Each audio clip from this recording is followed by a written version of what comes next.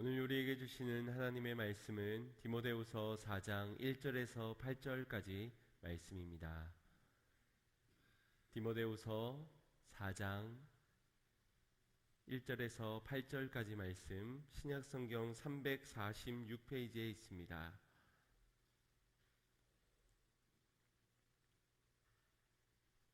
디모데후서 4장 1절에서 8절까지 말씀 제가 봉독하겠습니다. 하나님 앞과 산자와 죽은 자를 심판하실 그리스도 예수 앞에서 그의 나타나실 것과 그의 나라를 두고 명하노니 너는 말씀을 전파하라. 때를 얻든지 못 얻든지 항상 힘쓰라. 범사에 오래 참음과 가르침으로 경책하며 경계하며 권하라. 때가 이르리니 사람이 바른 교훈을 받지 아니하며 귀가 가리워서 자기의 사욕을 쫓을 스승을 많이 두고 또 그 귀를 진리에서 돌이켜 허탄한 이야기를 쫓으리라. 그러나 너는 모든 일에 근신하여 고난을 받으며 전도인의 일을 하며 내 직무를 다하라. 관제와 같이 벌써 내가 부음이 되고 나의 떠날 날 기약이 가까이 왔도다.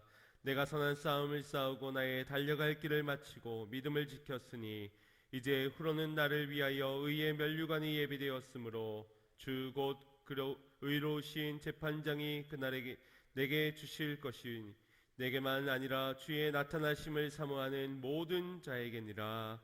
아멘. 할렐루야.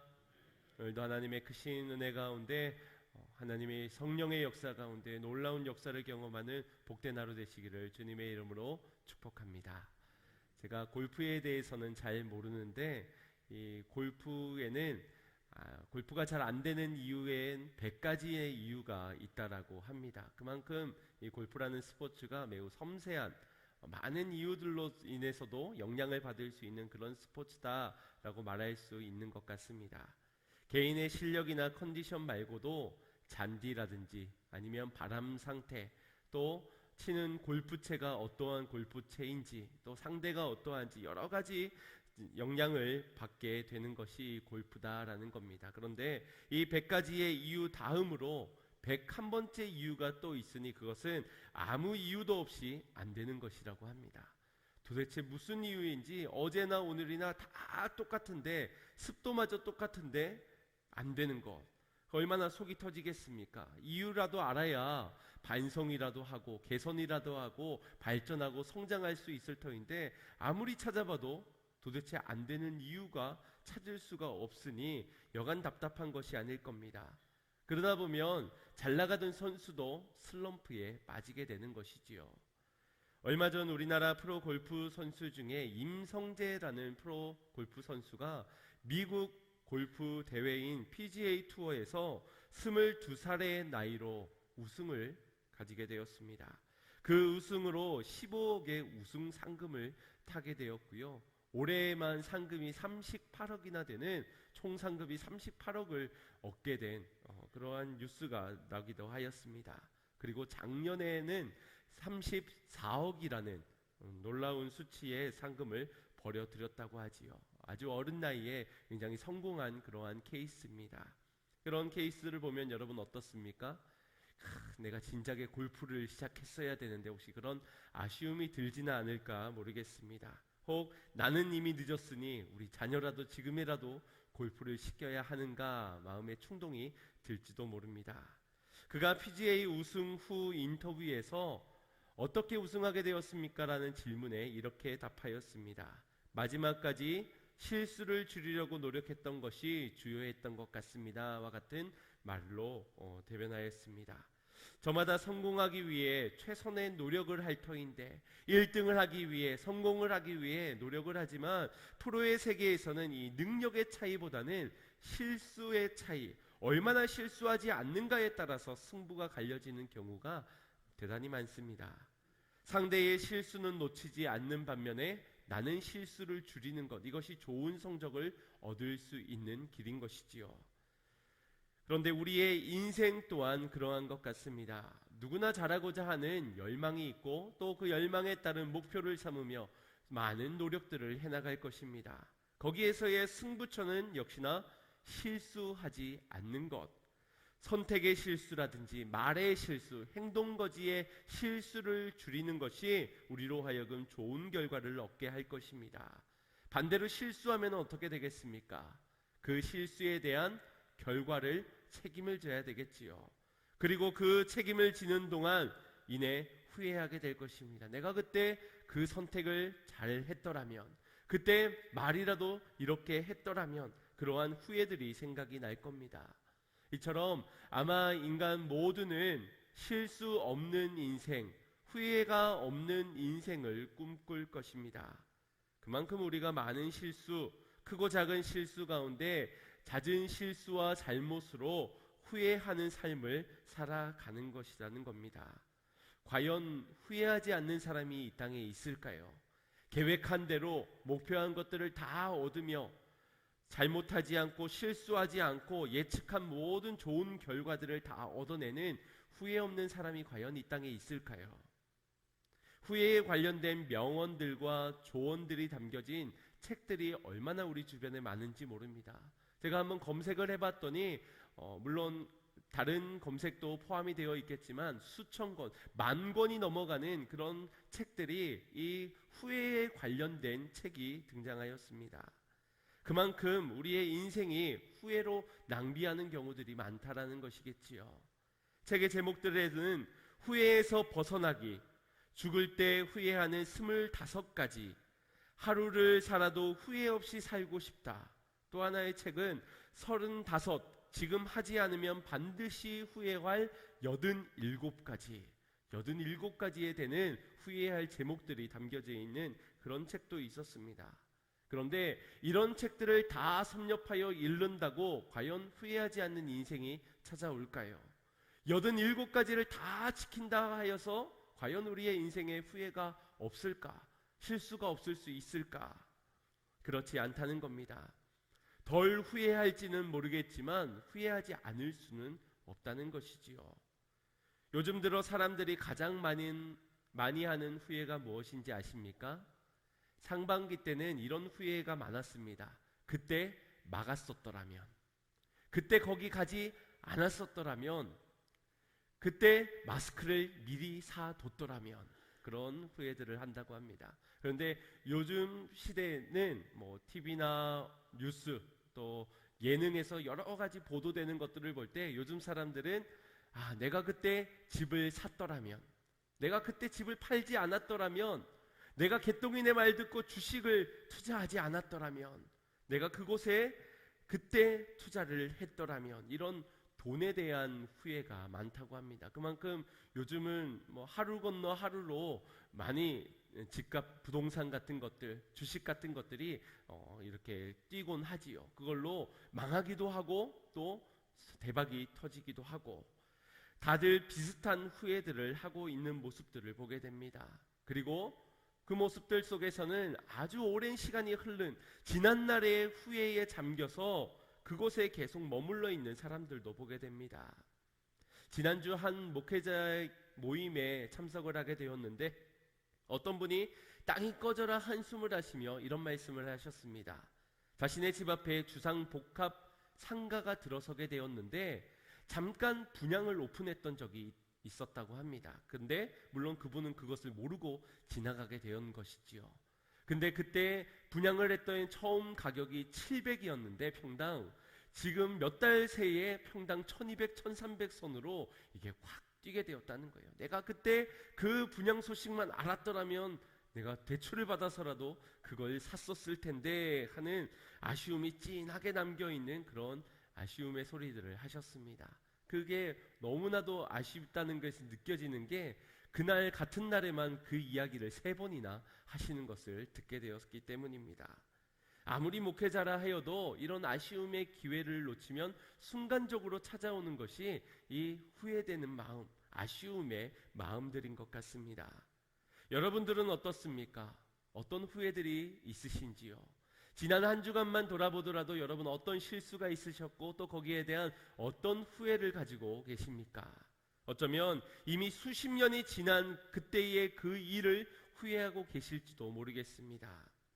단순히 물질적인 후회뿐만 아니라 젊은 시절에 내가 좀 더 건강을 챙겼더라면, 내가 질병에 걸리기 전 보험을 미리 들었더라면, 내가 법을 어기지 말았더라면, 내가 그때 솔직하게 이야기하지 말고 조금 거짓말을 했더라면, 이런 후회도 있습니다.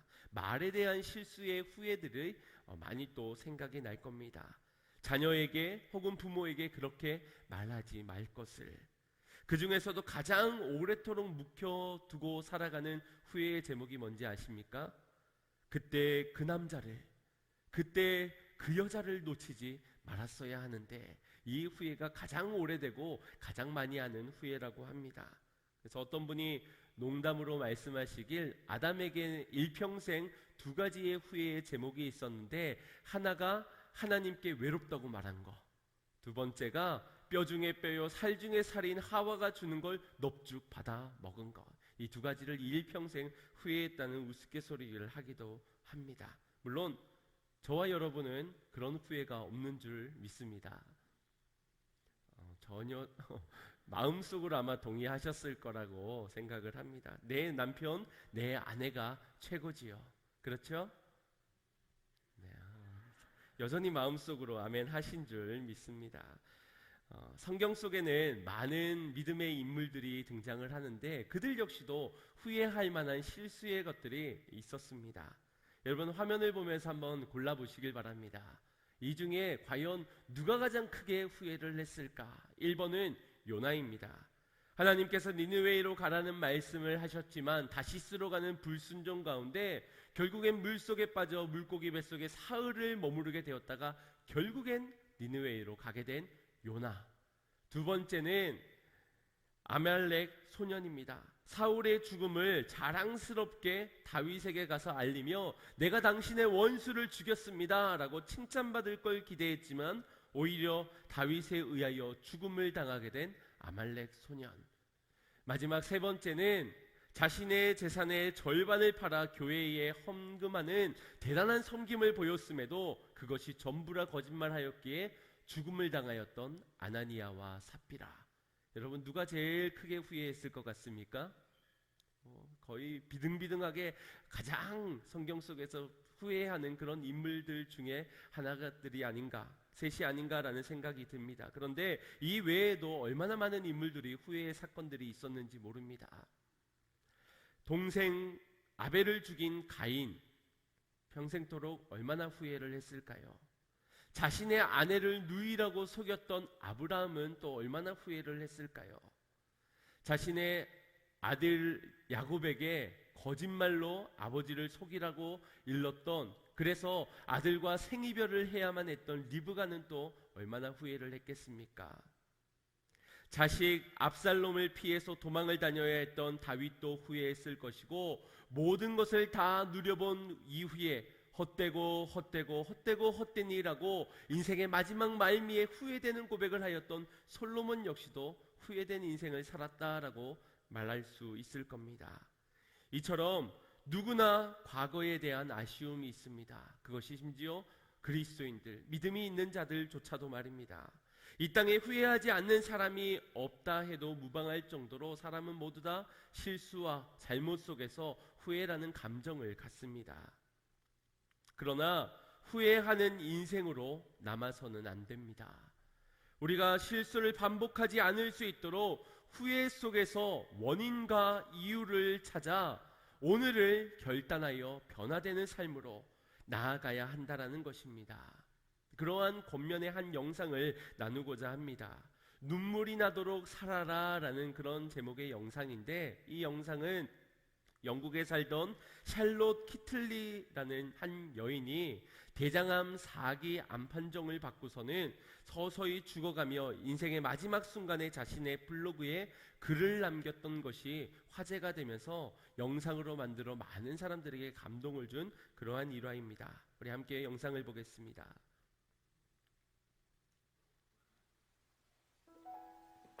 눈물이 나도록 살아라.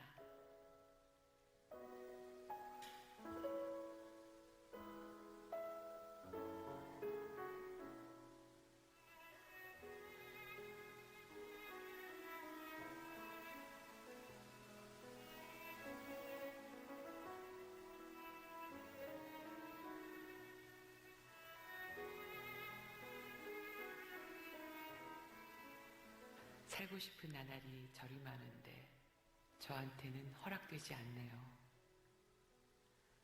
내 아이들 커가는 모습도 보고 싶고 남편에게 못된 마누라도 되면서 늙어보고 싶은데 그럴 시간을 안 주네요. 살아보니 그렇더라고요.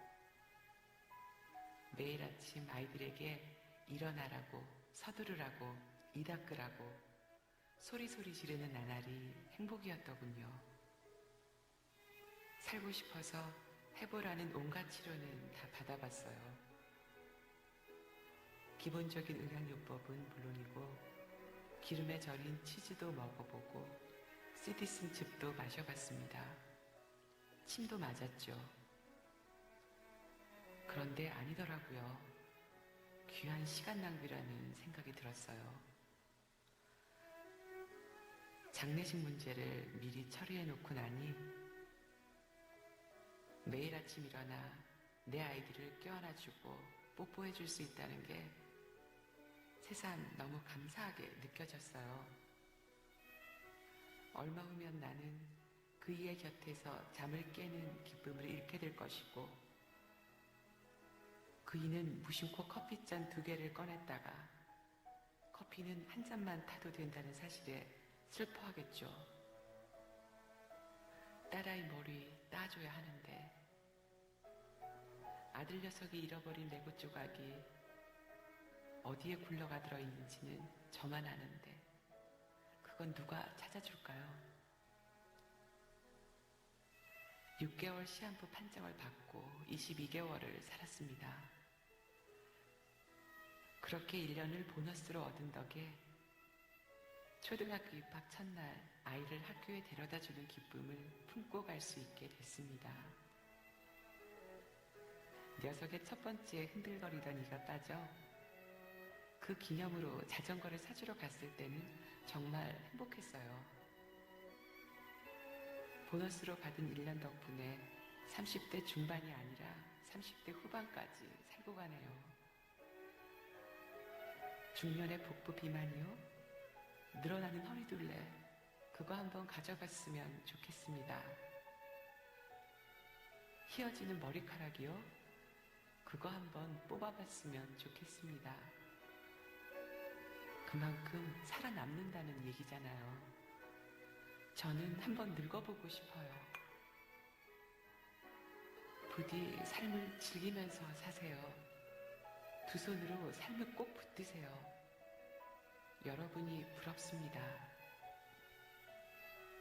그렇게 사는 여러분들의 행복한 나날 되기를 기도합니다. 그녀의 마지막 메시지는 후회하는 시간으로 시간을 낭비하지 마시고 하루하루를 감사하며 하루하루 즐겁게 살아가십시오 라는 그런 메시지를 전해주고 있는 겁니다. 우리는 어떠한 결과를 보고서는 후회를 하지요. 왜 그렇게 했을까? 왜 그렇게 선택했을까? 왜 그렇게 말할 수밖에 없었던가? 왜 그 사람을 만났던가? 이런 여러 가지의 이유들로 후회를 하다 보면 결국 나는 왜 태어났을까? 내가 선택하지 않은 것까지도 후회를 하는 어리석음을 범하게 됩니다. 과연 그러한 인생에 감사가 있고 즐거움이 있을 수 있겠습니까? 어쩌면 우리는 지난날의 실수로 오늘을 후회하고 있거나 아니면 오늘 실수하여 내일 후회될 삶을 살아가고 있는지도 모릅니다. 그러한 후회의 올무에서 벗어나지 못하고 있는 그러한 인생의 낭비 가운데 있다면 여러분 기억하십시오. 후회는 우리의 인생에 아무런 도움이 되지 못합니다. 왜냐하면 후회로는 어떠한 결실도 열매도 맺을 수 없기 때문입니다. 그럼에도 후회하지 않을 수 없다면 후회가 찾아오는 순간 오늘 내가 무엇을 변해야 될지를 찾으십시오. 그리고 그 후회를 일찍 하는 편이 더 좋을 것입니다. 후회 안에 머물러 있지는 알되 후회하는 그 속에서 오늘의 실수가 내일의 실수로 반복되지 않을 수 있도록 오늘의 결단과 변화가 지혜로운 선택이라는 것입니다. 오늘 본문에서는 사도 바울이 자신의 인생에는 후회함이 없었다, 자신의 인생에는 후회되지 않는 인생을 위한 변화와 결단이 있었다. 그래서 후회되지 않는다. 이것을 사랑하는 디모데에게 전하면서 너의 인생도 후회함이 없는 그런 인생으로 변화되고 결단되어지기를 원한다라는 서신을 쓴 것이 바로 오늘 디모데 후서의 오늘 본문의 내용입니다. 이 디모데 후서를 작성할 당시에는 사도 바울이 자신의 삶에서 가장 끝자락에 감옥에서 이제 죽음을 맞이하는 13권의 서신서 중에 가장 마지막 서신서가 바로 오늘의 본문입니다.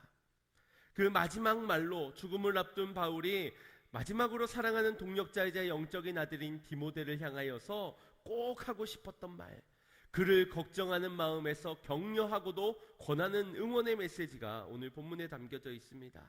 그 중에서도 오늘 본문은 4장, 그가 쓴 마지막 장에 오늘 본문임을 볼 때 전하는 바울에게나 또 전에 듣는 디모데에게나 오늘 함께 나누는 우리에게나 매우 의미 있고도 중요한 장이라고 볼 수 있습니다.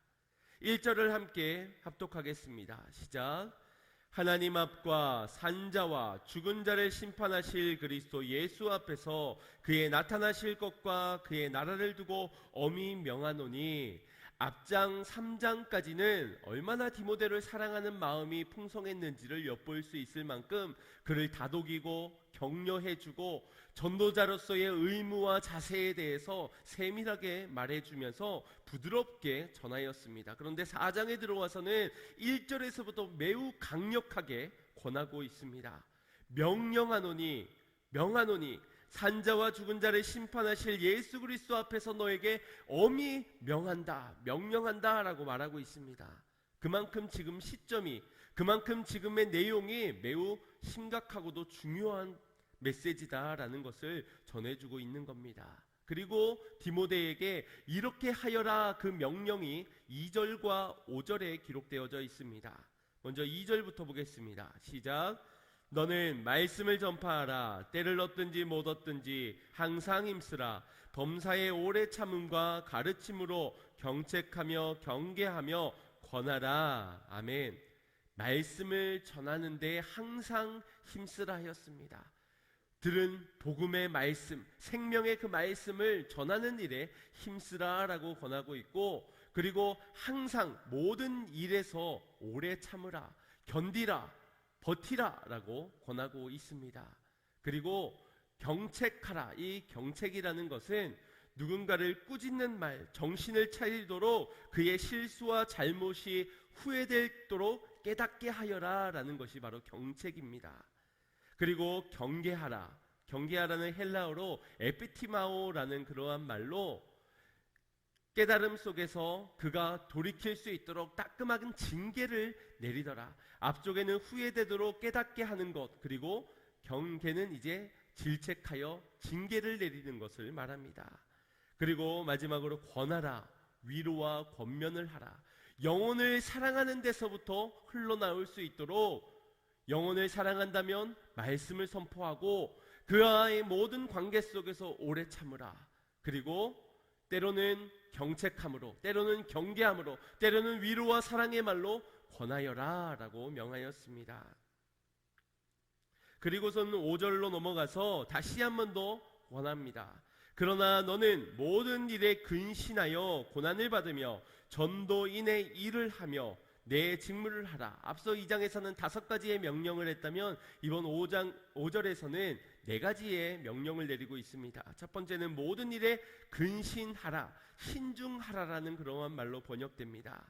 헬라어로 네페라는 말인데요, 우리가 정신을 차릴 수 없을 정도로 하나에 쏠려 있는, 콩깍지가 씌워져 있는 그러한 상태에서 정신을 차려라. 그렇게 한쪽에 얽매이지 마라. 흔들리지 마라. 요동하지 말라. 침착함을 유지하며 말에도 신중하게, 행동에도 신중하게 그렇게 하라라는 것이 이 근신하라는 말입니다. 오늘날 얼마나 엉뚱한 곳에 치우쳐져 살아가는 사람들이 많습니까? 술에 취하여서, TV에 빠져서, 게임에 중독되어서 쾌락적으로 그렇게 무엇을 자신의 인생에서 선택해야 되는지 알지 못한 채 헛되고 헛된 것에 빠져 올무가 되어 살아가는 사람들이 얼마나 많은지요. 그런 이들을 향하여서, 그런 세상을 향하여서 디모데 너는 모든 일에서 근신하여야 된다라고 명하고 있는 겁니다. 그리고 고난을 받으라. 이 고난은 무조건적인 아픔이 아닙니다. 십자가의 길을 걷는 가운데 영광스러운 고난받기를 기뻐하라라고 그가 걷고 있는 그 길을, 고난을 피하는 그 길을 만들지 말고, 너가 걸어가고 있는 그 십자가의 길을 황제의 길로 바꾸지 말고 주님이 걸어가신 그 십자가의 길에서 영광스러운 고난을 받으라. 이것이 권면이었습니다. 또 8번째로는 전도인의 일을 하여라. 복음을 전하여라. 영혼을 사랑하는 마음으로 구령의 열정을 가지고 하나님이 가장 기뻐하시는 그 일, 영혼을 구원하는, 인도하는, 이끄는 그 일을 감당하여라. 사람을 좋게 하랴 하나님을 좋게 하는 것이 본분이다라고 말씀해주고 있는 겁니다. 그리고 마지막으로 직무를 다하여라. 이 디모데는 목회자였고 또한 말씀을 전하는 사역자였습니다. 부름을 받은 대로 말씀을 선포하고 영혼을, 맡겨진 양떼를 양육할 때에 사랑하고 또 권면하면서 봉사의 일을 끝까지 감당하라는 것이 바로 이 마지막까지 직무를 감당하라는 권면입니다. 여러분이 9가지의 명령 기억하실 수 있으시겠습니까? 이렇게 듣고는 기억 못하시겠지요. 성경 본문을 찾아가면서는 아마 외우실 수도 있으실 겁니다. 그러나 사도 바울이 자신의 인생의 마지막 순간에 가장 사랑하는 영적인 아들에게 일러주었던 이 간곡한, 엄히 명령한 이 명령의 그 중요성을 안다면, 또 말세의 시대에, 오늘날 말세를 살아가고 있는 우리의 시대에 우리 역시도 경각심을 가지고 이 명령을 지켜 행해야 될 것입니다. 그러니 분명히 기억해야 되겠지요. 첫 번째는 말씀 전파, 두 번째는 오래 참음, 세 번째는 경책, 네 번째는 경계, 다섯 번째는 권면, 위로 권면하는 것입니다. 그리고 여섯 번째는 근신하라, 일곱 번째는 고난을 받으라, 여덟 번째는 전도 일을 행하라, 마지막 9번째는 직무를 감당하라. 저도 이거 외우는데 꽤나 오래 걸렸던 것 같습니다. 여러분, 우리의 마음에 새기고 생각에 새기고 우리의 삶에 새기며 순종하는 삶을 살아가야 될 줄 믿습니다. 왜냐하면 거기에 우리의 인생에 후회함이 없는 인생이 만들어질 수 있기 때문입니다. 이토록 강력하게 구체적으로 명령할 수밖에 없었던 그 이유, 감옥에서 자신의 노후를 준비하는 것이 아니라 이 사랑하는 아들에게 꼭 전해야만 했던 이 강력한 명령이었던 이유는 바로 세상의 모습이 3절과 4절과 같은 그런 모습이었기 때문입니다. 3절 4절 말씀 합독하겠습니다. 시작.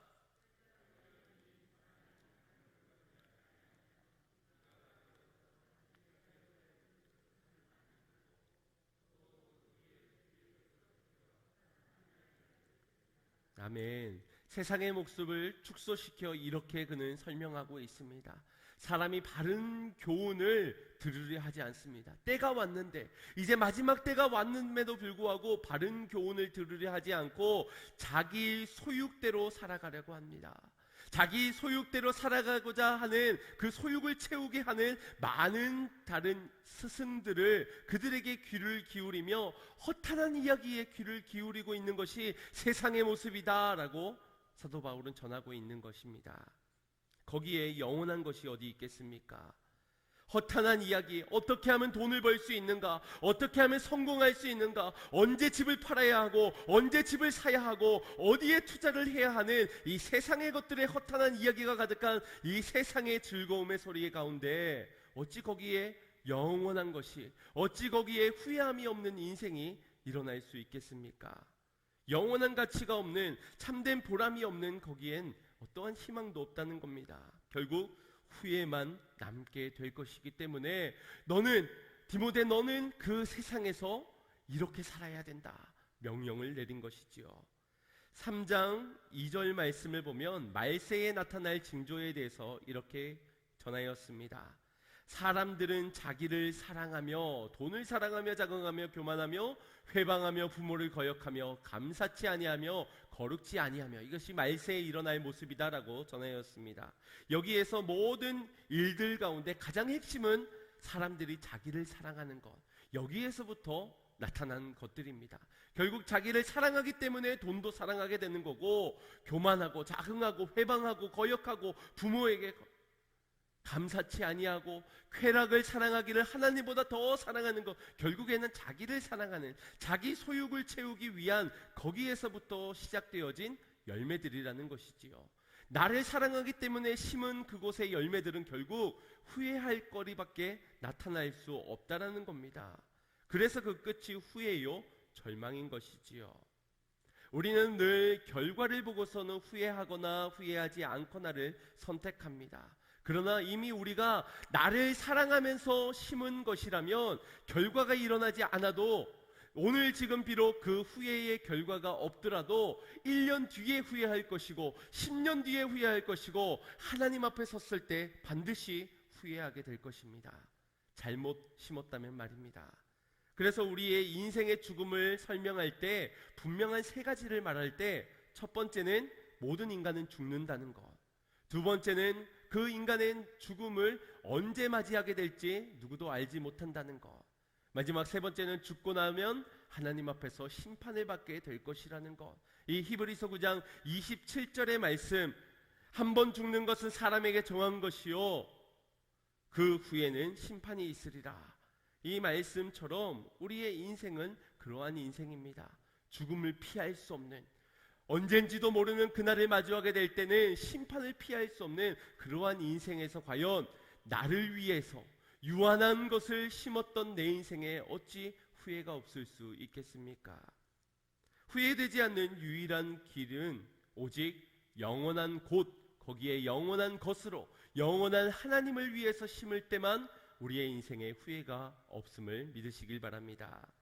요한복음 19장 30절 말씀에 보면 예수님께서 마지막 십자가를 지실 때에 이렇게 고백하셨지요. 다 이루었다. 그의 고백 속에서 어떤 후회가 여지가 남아 있습니까? 사람들이 볼 때는 예수님의 인생이 후회 가득한 인생이었을 거다 손가락질을 했을지 모릅니다. 왕이라면서, 구원자라면서 저게 뭐야? 마지막 저 모습이 뭐야? 제자들마저도 다 떠나고 누명을 썼음에도 불구하고 저기서 내려오지 못하고 죽음을 맞이하는 저 인생 좀 보게.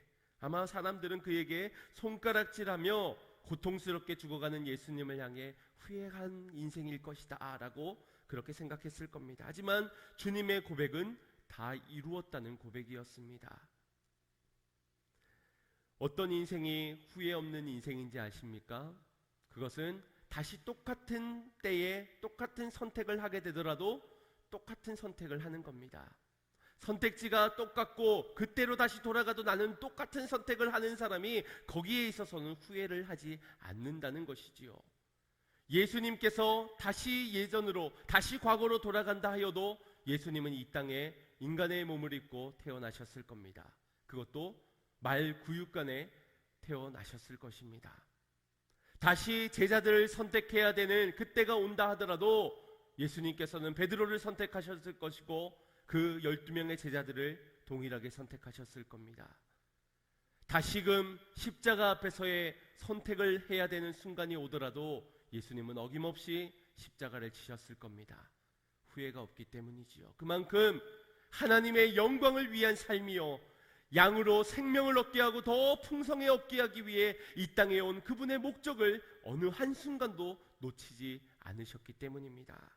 그분의 모든 심는 것들이 사라지지 않을 영원한 것들이었기 때문이지요. 사도 바울도 동일한 선택을 하며 살았기에 오늘 본문에서 나는 후회 없습니다, 후회 없는 인생을 살았습니다라고 결단코 고백할 수 있었고, 이 자신의 인생을 증명이라도 하듯이 지금 디모데에게, 사랑하는 디모데에게 너도 이렇게 살아라라고 전하고 있는 겁니다. 우리 7절 8절 말씀 합독해 보겠습니다. 시작. 내가 선한 싸움을 싸우고 나의 달려갈 길을 마치고 믿음을 지켰으니 이제 후로는 나를 위하여 의의 면류관이 예비되었으므로 주 곧 의로우신 재판장이 그날에 내게 주실 것이니 내게만 아니라 주의 나타나실 사모하는 모든 자에게니라. 아멘. 사모하는 모든 자들이 저와 여러분이 되기를 축복합니다. 그래서 의로우신 재판장이신 주님께 모두 다 의의 면류관을 받기를 축복합니다. 사도 바울은 지금 나는 선한 싸움을 싸웠어. 나는 내가 달려가야 할 길을 끝까지 마쳤어. 그리고 그 가운데 믿음도 지켰어. 그래서 곧 의로우신 하나님께서 내게 의의 면류관을 준비해 주셨어. 그래서 나는 내 인생에 어떠한 후회도 없어. 이렇게 고백할 수 있었던 겁니다. 사실 생각해보면 사도 바울만큼 인생에 후회가 많을 것 같은 그런 사람이 또 있겠습니까? 그의 인생에서 나는 왜 그토록 율법을 힘써 지켜 행하였던가? 나는 뭐가 그리 못마땅해서 예수 믿는 자들을 그리도 회방하였던가? 초대교회 첫 순교자였던 스데반 집사가 순교를 하는 그 당시에 나는 거기 왜 서 있었던 것이고, 나는 어떤 사명이 있었기에 저들을 체포할 체포영장을 가지고 다메섹까지 건너가 그곳에서 예수 믿는 자들을 다 잡아 감옥에 쳐넣으려고 그토록 애를 썼던 것인가? 아마 뒤늦게 자신의 지난날을 생각하며 땅을 치며 후회했을 법한 실수투성이의 인생이 사도 바울의 인생이었습니다. 얼굴을 들고 다닐 수 없을 지경까지 복음을 전혀 전할 수 없을 그런 과거가 있던 사람이 사도 바울이라는 겁니다. 그러나 바울은 자신의 과거, 그때의 실수, 거기에서의 후회의 감정 안에 머물러 있지 않았습니다. 결단하고 변화되었습니다. 비록 내가 예수를 핍박했던 과거가 있지만, 비록 예수님이 죽으시고 부활하신 이후에 이 땅에 오신 그 자리에 내가 참여하지 못하여 사도로서 너무나도 부족한 자이지만, 나를 불러주신, 나를 사랑해주신, 나를 택해주신 그분의 부름의 자리, 회복의 자리에서 내가 회복이 되었기에 나는 더 이상 후회의 자리에 머물러 있지 않겠노라. 후회 막심한 과거의 인생이었음에도 불구하고 그는 과거를 위한 후회가 아니라 내일을 위한 후회 속에서 결단하며 자신의 인생을 돌이켰습니다. 이것이 곧 영적인 것으로 회개를 의미하는 것입니다.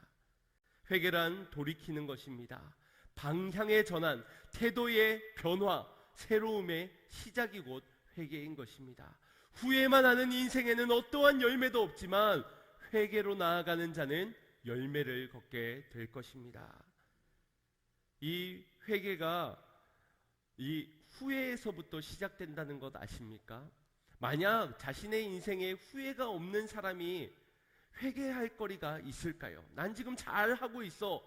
이전에도 잘했고 지금도 잘하고 있어. 후회가 없어 라고 말하는 사람에게는 회개는 없을 겁니다. 회개의 필요가 없는 것일 수도 있고 이미 했기 때문에. 그러나 회개하지도 않았지만 그냥 나는 잘하고 있다는 자부심에서 회개하지 않는 사람도 있을 수 있습니다. 결국 후회가 없으면 회개도 없는 겁니다. 그러나 모든 후회가 자연스럽게 회개까지 이어지는 것은 아닙니다. 대부분의 사람들은 후회하지만 반성회까지만 나아갈 뿐입니다. 회개까지 나아갈 수 있는 자들은 바로 하나님의 은혜를 만난 자, 하나님의 은혜를 경험한 자만이 자신의 인생을 회개함으로 하나님께 나아가는 은혜가 있을 수 있는 것입니다. 그래서 사도 바울은 고린도전서 15장 9절에서 10절에 이렇게 고백을 하였습니다. 합독합니다. 나는 사도 중에 지극히 작은 자라. 내가 하나님의 교회를 핍박하였으므로 사도라 칭함을 받기에 감당치 못할 자로라. 그러나 나의 나된 것은 하나님의 은혜로 된 것이니 내게 주신 그의 은혜가 헛되지 아니하여 내가 모든 사도보다 더 많이 수고하였으나 내가 아니요 오직 나와 함께 하신 하나님의 은혜로라. 아멘. 사도들과 나와는 그들은 예수님을 따라다녔던 제자들이요 부활하신 것을 목도하고 승천하신 것까지 경험한 자들이었지만 나는 그러하지 못한 자다. 그럼에도 이 사도로서 직무를 감당하기 위하여서 나는 다른 사도들보다 더 수고하였지만 이것은 내게서 난 것이 아니요 오직 하나님의 은혜에서부터이다. 이것이 바로 사도 바울의 고백이었습니다. 누가 회개할 수 있습니까? 누가 과거를 청산하고 회개함으로 돌이켜 내일을 새롭게 만들어갈 수 있습니까? 바로 하나님의 은혜를 만난 자인 줄 믿으시길 바랍니다. 결국 우리의 인생에 후회하는 인생에서의 참 해답은 오직 하나님의 은혜를 만나는 것이라는 사실입니다. 반복되는 실수와 잘못에 후회가 도저히 끊어질 것 같은 기미가 보이지 않는 인생을 살아가고 계십니까? 우리에게서 찾으려 했기 때문입니다. 나를 여전히 사랑하고 있는, 나를 사랑하기 때문에 선택하고 실수를 범하고 있는 우리에게서 찾았기 때문입니다. 하나님에게서 찾으십시오. 영원한 곳에서 발견하시길 바랍니다. 그때에 우리의 인생은 후회의 책받기 속에서 소망의 자리로, 희망을 꿈꾸는 자리로 바뀌어지게 될 줄 믿습니다. 여러분의 삶에 오직 하나님의 은혜가 유일한 희망이요 소망이 되시기를 주님의 이름으로 축복합니다. 후회되는 나의 인생의 시간, 때로는 되돌리고 싶은 과거의 상처들, 그것이 나를 짓누를 때 반복적으로 나를 무너뜨리는 그런 기억들 가운데 여러분 무너지지 마시고 후회에만 머물러 있지 마시고 오직 하나님의 은혜의 보좌 앞으로 나아가 그 은혜를 마주하시길 바랍니다. 그 은혜 안에서 회개하고 돌이켜 은혜의 축복의 열매들을 맺어가는 인생들이 되시기를 바랍니다. 우리의 과거는 바꿀 수 없지만 우리의 과거로 받은 상처들은 주님의 은혜 안에서 치유할 수 있으며 주님의 은혜 안에서 우리의 현재와 미래는 얼마든지 바꾸어 갈 수 있습니다. 그렇기 때문에 지금부터 회개함으로 나의 인생 더 이상은 후회하지 않는 그런 인생으로 만들어 가야 할 줄 믿습니다. 디모데를 향한 사울의 엄한 명령, 그에게만 전한 말씀으로 기억하지 마시고 오늘 나에게 명하시는 엄중한 명령으로 이 말씀을 받는 저와 여러분 되시길 바랍니다. 왜냐하면 지금은 말세요. 우리도 후회하는 인생이기 때문입니다. 우리 다시 한 번 더 이 디모데에게 전해였던 사도 바울의 권면, 그리고 내가 어떻게 길을 마쳤는지를 선포하는 이 고백을 다시 한 번 더 합독할 때 우리가 마음에 새기고 우리의 삶에 결단하는 그런 고백이 되기를 원합니다. 디모데후서 4장 6절에서 8절, 이번엔 메시지 성경으로 함께 합독하겠습니다. 시작. 그대가 이어 받으십시오.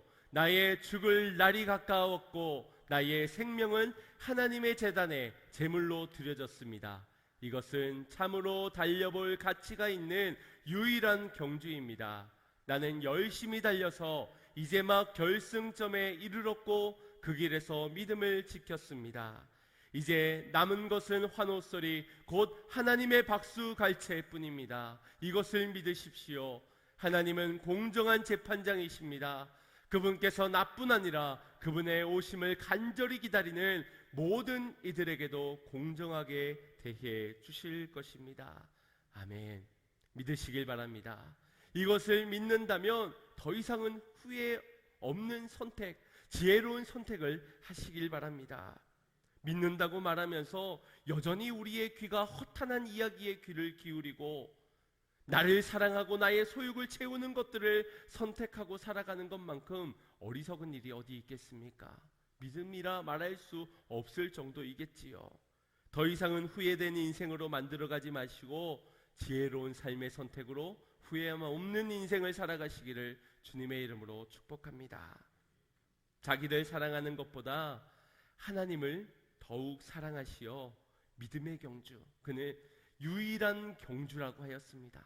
우리가 뛰어야 할 경주는 얼마만큼 돈을 빨리 벌고 성공하고 1등하는 그 경주가 아니라 유일한 경주, 하나님의 말씀을 나누는 일에 오늘 이 땅을 살아가면서 근심하여 하나님만을 더 사랑하여 영원한 것을 바라보고 영원한 것을 심으며 살아가는 그 유일한 경주를 믿음으로 가는 것, 이것이 되어야 될 줄 믿습니다. 거기에 우리 공의로우신 하나님의 칭찬, 박수의 갈채가 있음을 사모하시길 바랍니다. 그러한 인생에 많은 축복의 열매들이, 생명의 열매들이 맺어지게 될 줄 믿습니다.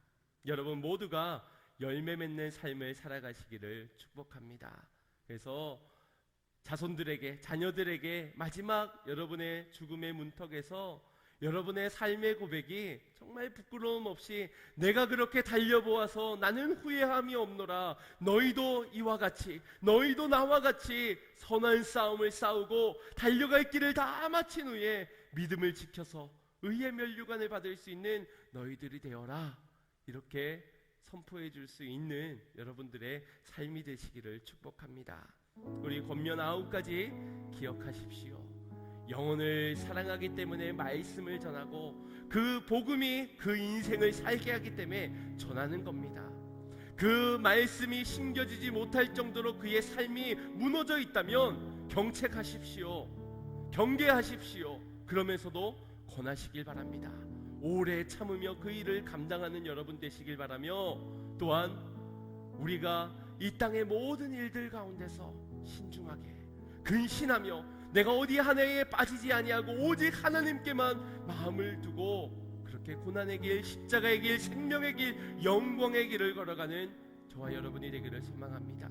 특별히 오늘 오후 예배부터 한 달 동안 우리가 함께 전도 축제를 위한 걸음을 걸어가고자 합니다. 하나님이 가장 기뻐하시는 일이 무엇인지 알면서 그 일을 행하지 않는 자가 어찌 하나님을 위한 삶을 살아간다 말할 수 있겠습니까? 어찌 마지막에 후회하지 않을 수 있다라고 말할 수 있겠습니까? 하나님이 가장 기뻐하시는 일, 영혼을 하나님께로 인도하는 그 일에 힘쓰는 이 한 달이 되시기를 바랍니다.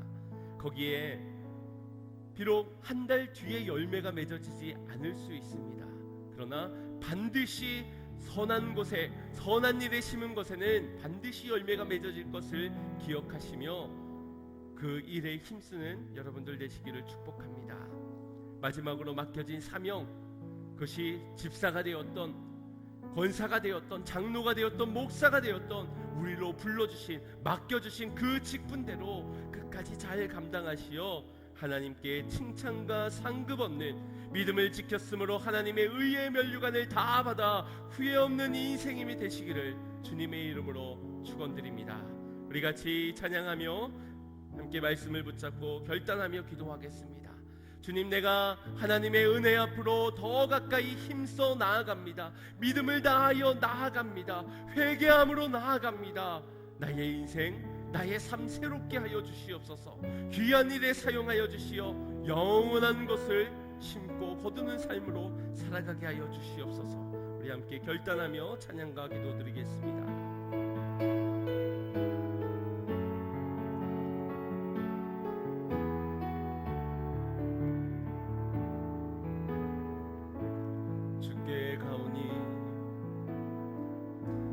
주께 가오니 날 새롭게 하시고 주의 은혜를 부어주소서.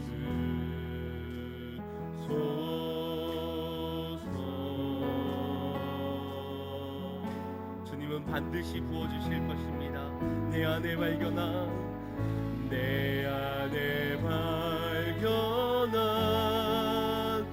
나의 연약함 모두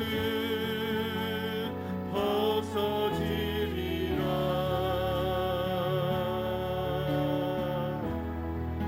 주의 사랑으로, 주 사랑 나를 붙드시고 주 사랑 나를 붙드시고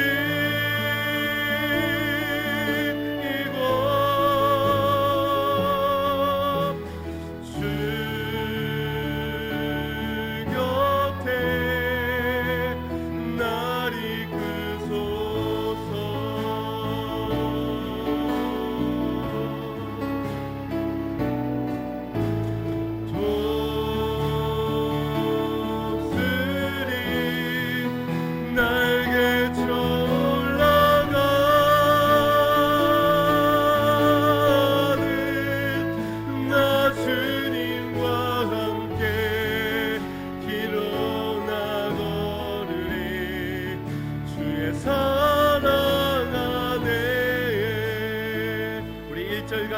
다시 한번 녹음해 갑니다.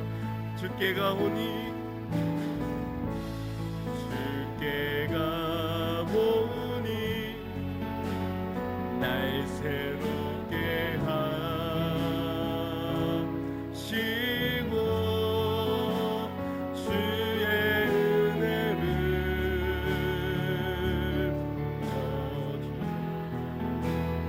부어주소서. 나는 실수하고 넘어지는 부족하고 연약한 자입니다. 내 안에 발견한 나의 연약함 모두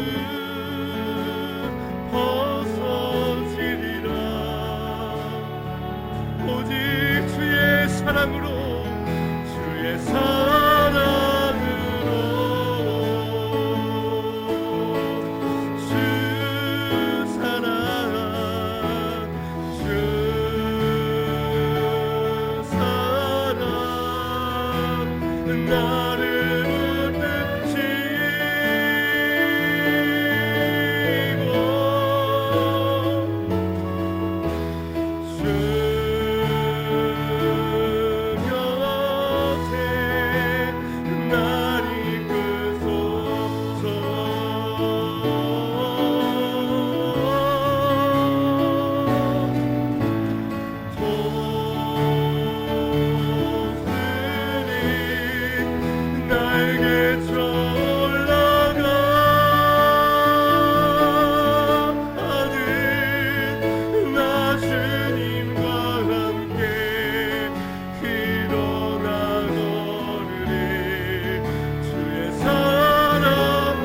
나의 인생 더 이상 후회되지 않도록 주의 사랑으로 붙잡아 주시옵소서.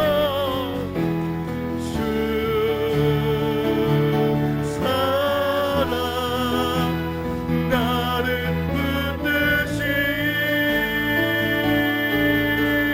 붙드시고 주 곁에 나를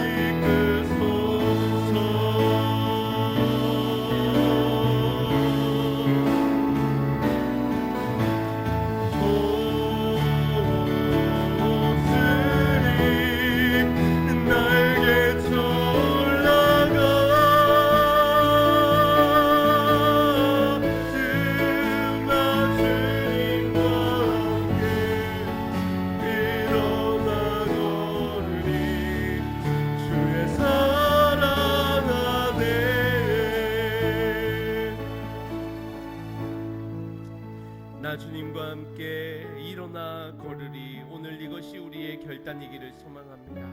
언제까지 과거에 머물러 언제까지 그 자리에 머물러 지난날을 후회하고만 계시겠습니까?